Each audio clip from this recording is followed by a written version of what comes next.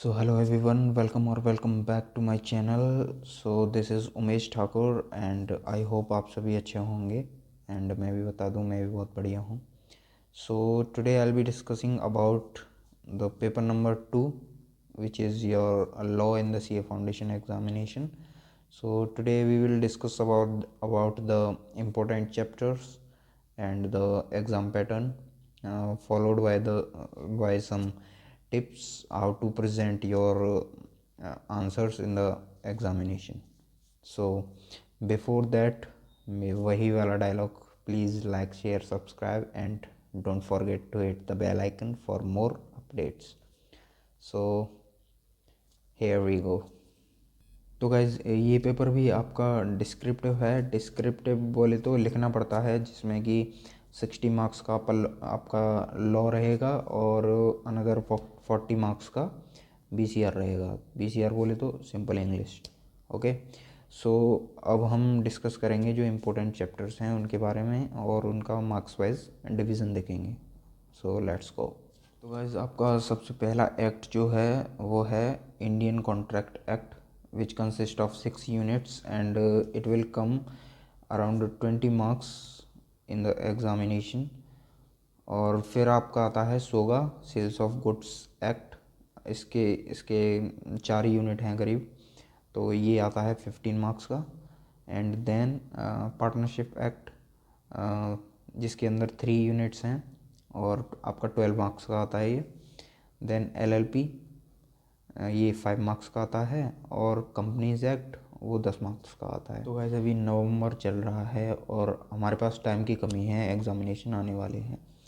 तो मैं आपको यही सजेस्ट करूँगा कि आप इंडियन कॉन्ट्रैक्ट एक्ट को हाथ ना लगाएं और बाकी के सारे एक्ट्स प्रिपेयर कर लें, जो कि जल्दी हो जाएंगे और स्कोरिंग भी है और इजीली प्रिपेयर हो जाएंगे आपके. तो 60 में से 40 मार्क्स आपका यहीं कवर हो जाएगा लॉ का, और बाकी के 40 मार्क्स आप BCR से कवर कर सकते हो, जो कि इजीली प्रिपेयर हो जाएगा.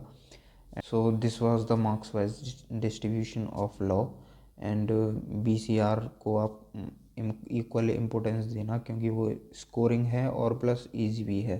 तो मैं आपको कुछ टॉपिक्स बता देता हूँ जिन पे आप ज़्यादा फोकस कर सकते हो. जैसे अनसीन पैसेज आएगा एक अनसीन पैसेज, एंड देन एक नोट मेकिंग आएगी, कुछ MCQs आएंगे, मीनिंग्स, सिनोनिम्स और इनडायरेक्ट डायरेक्ट स्पीच के लिए, और एक्टिव पैसिव वॉइस प्रिपेयर कर लेना. एंड एक प्रिसाइज राइटिंग आएगी और कुछ क्वेश्चंस आपके पहले चैप्टर से आएंगे, जो कि कम्युनिकेशन वाला चैप्टर है आपका. So guys let's discuss about the paper pattern of law. तो आपका पहला क्वेश्चन जो है कंपलसरी रहेगा. कंपलसरी का मतलब, अगर आपने पहला वीडियो देखा है तो आपको पता होगा कंपलसरी का मतलब क्या होता है. एंड फर्स्ट क्वेश्चन जो है आपके 3 पार्ट रहेंगे. फर्स्ट क्वेश्चन में पहला पार्ट कॉन्ट्रैक्ट एक्ट से आएगा, दूसरा पार्ट कंपनीज एक्ट से, एंड देन थर्ड पार्ट सोगा से. तो बाकी के आपके रहते हैं मींस 5 क्वेश्चन रह जाएंगे. तो आपको 5 में से 4 क्वेश्चंस को अटेम्प्ट करना है. And second question is also contains 2 parts, जिसमें से पहला पार्ट कॉन्ट्रैक्ट एक्ट से आएगा, दूसरा पार्टनरशिप एक्ट से. थर्ड क्वेश्चन में पहला पार्ट इंडियन पार्टनरशिप एक्ट से, and then second part contract act से. और फोर्थ क्वेश्चन में पहला पार्ट सोगा से आएगा और बी पार्ट पार्टनरशिप एक्ट से. क्वेश्चन नंबर 5 में पहला पार्ट सोगा से और बी पार्ट आपका कंपनीज एक्ट से. एंड अगेन क्वेश्चन नंबर 6 में 3 पार्ट रहने वाले हैं आपके, जो कि पहला पार्ट कॉन्ट्रैक्ट एक्ट से आएगा, दूसरा partnership act, and then companies act. ये पैटर्न मोर और लेस सेम ही रहता है आपका हर एग्ज़ाम में. आप चाहो तो प्रीवियस ईयर क्वेश्चंस को उठा के देख सकते हो, यही पैटर्न मिलेगा आपको सारे एग्ज़ाम्स में. तो do follow this pattern and prepare your acts accordingly. So here are some tips which you can follow to prepare for your examination, or you should remember while preparing for this exam. सो ये paper भी आपका descriptive है, तो सबसे important होती है आपकी presentation skill, जो कि आपको बहुत ही अच्छी रखनी पड़ेगी, तभी आपको मार्क्स मिलने वाले हैं। अदरवाइज़ एग्जामिनर के अगर समझ में नहीं आ रहा है आपका आंसर, तो वो फिर आपको नज़रअंदाज करेगा। एंड सेकंड इज़, आपके आंसर्स को सिर्फ एक ही पैराग्राफ में नहीं लिखना है, बुलेट पॉइंट्स बना के लिखिए अपने आंसर्स को।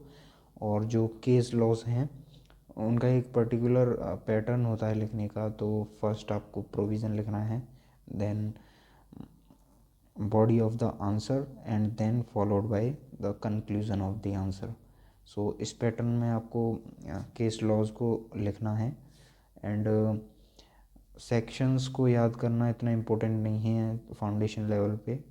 आप लिखो तो करेक्ट लिखो, अगर नहीं लिख रहे हो तो रहने दो उसको, अगर आपको याद नहीं है तो रहने दो एकदम।